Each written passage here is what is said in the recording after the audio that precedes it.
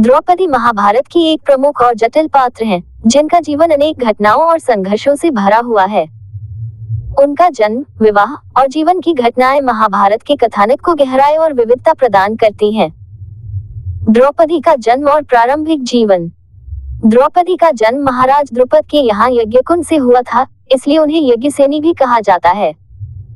उनका जन्म एक विशेष उद्देश्य के लिए हुआ था, जो कि कौरवों के विनाश और धर्म की स्थापना थी। द्रौपदी का रूप और सौंदर्य अनुपम था और उन्हें कृष्णा के नाम से भी जाना जाता था।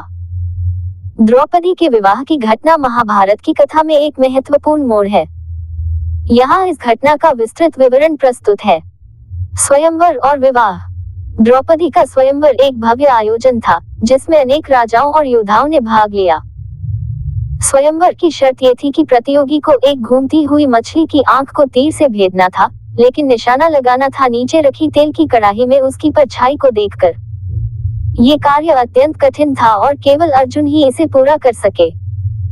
जब अर्जुन ने ये प्रतियोगिता जीती, तो द्रौपदी ने उन्हें वरमाला पहनाई। इसके बाद पांडव द्रौपदी को अपने घर ले गए। वहां पहुंचने पर माता कुंती ने बिना देखे ही कह दिया कि जो भी लाए हो, उसे आपस में बांट लो। इस प्रकार द्रौपदी का विवाह 5 पांडवों से हुआ। विवाह के बाद की घटनाएं। द्रौपदी का 5 पांडवों से विवाह एक अद्वितीय घटना थी, जो अनेक दैवी कारणों से हुई थी। भगवान शिव के वरदान के कारण द्रौपदी को 5 पति प्राप्त हुए थे। विवाह के बाद द्रौपदी ने अपने पतियों के साथ धर्म और न्याय के मार्ग पर चलते हुए अनेक कठिनाइयों का सामना किया। इस प्रकार द्रौपदी का विवाह और उसके बाद की घटनाएं महाभारत की कथा को गहराई और विविधता प्रदान करती हैं। ये घटना न केवल पांडवों और कौरवों के बीच के संघर्ष को बढ़ाती है, बल्कि द्रौपदी के साहस और धैर्य को भी उजागर करती है। द्रौपदी का अपमान और प्रतिशोध। महाभारत की कथा में द्रौपदी का अपमान एक महत्वपूर्ण मोड़ है।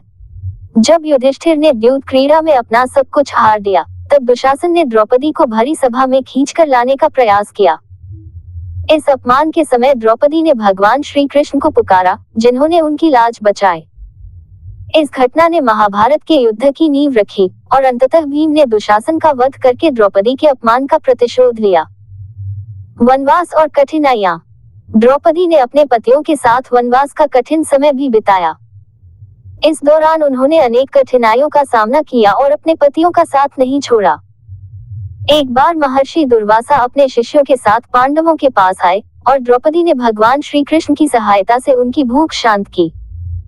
इस प्रकार द्रौपदी ने अपनी बुद्धिमत्ता और भक्ति से अनेक संकटों का समाधान किया।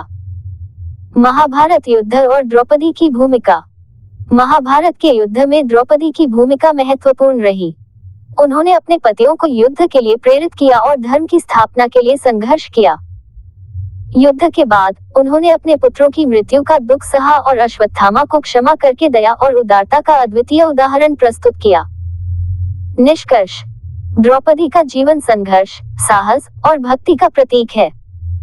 उन्होंने अपने जीवन में अनेक कठिनाइयों का सामना किया, लेकिन कभी हार नहीं मानी। उनका चरित्र महाभारत की कथा को गहराई और प्रेरणा प्रदान करता है।